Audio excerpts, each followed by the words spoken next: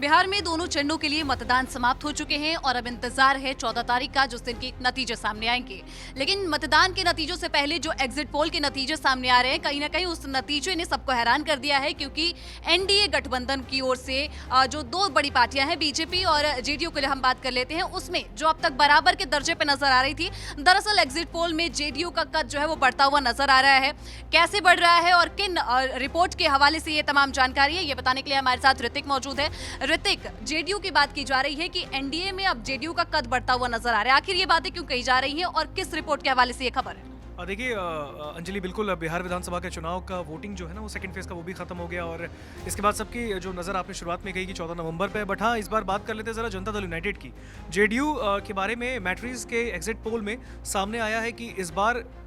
शायद उन्हें 65 से 75 के बीच में विधायक मिल सकते हैं, यानी उनके विधायक इतने जीत के विधानसभा, बिहार विधानसभा पहुंच सकते हैं। बट उन्हीं के सामने जेडीयू जो उनके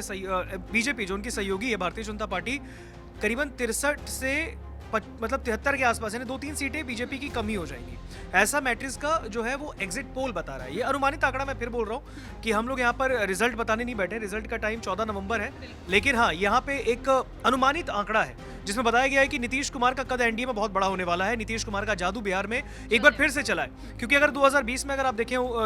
आपने देखा होगा अंजलि, तो उस वक्त बिहार में जेडीयू 43 विधायक के साथ तीसरे नंबर की पार्टी बनी और उस वक्त चिराग उनके खिलाफ लड़ रहे थे, तो चिराग के कैंडिडेट्स ने जेडीयू को बहुत झटका दिया। इस बार शायद वो जो जख्म जो हरे थे उसको भरने का काम किया गया है, यानी कहीं ना कहीं अगर आप देखेंगे तो करीबन जो 15-20 विधायक उस वक्त रह गए थे 2020 के विधानसभा चुनाव में जीतने के लिए, वो शायद इस बार जीत सकते हैं और इस वजह से जो विधानसभा में जेडीयू का स्ट्राइक रेट होगा वो पिछली बार से ज्यादा का होगा और कहीं ना कहीं 65 से 75 जो विधायक है उनके जीत के बिहार विधानसभा जा सकते हैं। एग्जिट पोल की एजेंसीज के नाम के साथ मैं चाहूंगी कि दर्शकों को बताया जाए।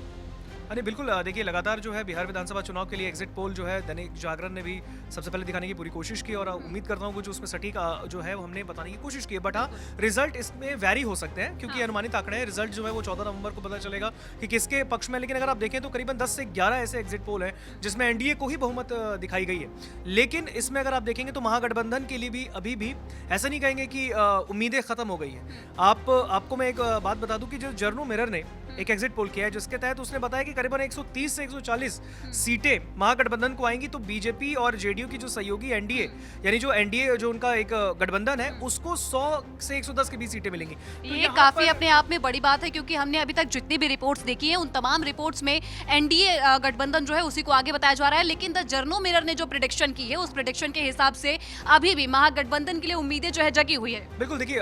उम्मीदें जगी होनी चाहिए ना। अभी भी आप अगर देखेंगे तो 72 घंटे का वक्त है रिजल्ट आने में और 72 घंटे के बीच में कुछ भी हो सकता है ना। अभी भी मतपेटियां खुली नहीं है, अभी तो जस्ट सेकंड फेज की वोटिंग कंप्लीट हुई है। हालांकि ऐतिहासिक वोटिंग दर्ज हुई है, सेकंड फेज में भी 67% से ज्यादा वोटिंग दर्ज हुई और ये बहुत बड़ा एक ट्रेडमार्क भी सेट कर दिया गया है, क्योंकि 57% 2020 में दर्ज हुई थी, इस बार 10% ज्यादा दर्ज हुई। तो यानी कहीं ना कहीं बिहार के मतदाताओं ने बढ़ चढ़कर इस बार लोकतंत्र के महापर्व में अपनी उपस्थिति दर्ज कराई है। बट हाँ, अगर बात करें यहाँ पे तो महागठबंधन के लिए भी स्टिल होप वो जो है वो भी बचा है। द जर्नो मिरर नाम की एजेंसी ने जो एग्जिट पोल किया है उसमें बताया है कि 130 के आसपास महागठबंधन को सीट मिल सकती है, यानी सरकार महागठबंधन बना सकती है, लेकिन एनडीए को कम आती दिख रही है। बट अगर देखें तो ये फिर मैं बोल रहा हूँ अनुमानित आंकड़े, चाहे वो 9 एजेंसीज के हो, 9-10 एजेंसीज के जिसने एनडीए को दिखाया है कि वो आगे बढ़ रही है। दूसरी ओर अगर उस एक एजेंसी की बात करें, फिर चाहे हम अगर बात करें मैट्रिक्स के एग्जिट पोल की, जहां पर जेडीयू को आगे दिखाया गया था कि जेडीयू जो है वो अब बड़े भूमिका में आ सकती है एनडीए के अंदर, यानी जो पीछे उनको दबाते हुए दिखाया गया कि 43 विधायक के साथ नीतीश कुमार मुख्यमंत्री बने, तो 5 साल जो उन्होंने वो दंश को झेला,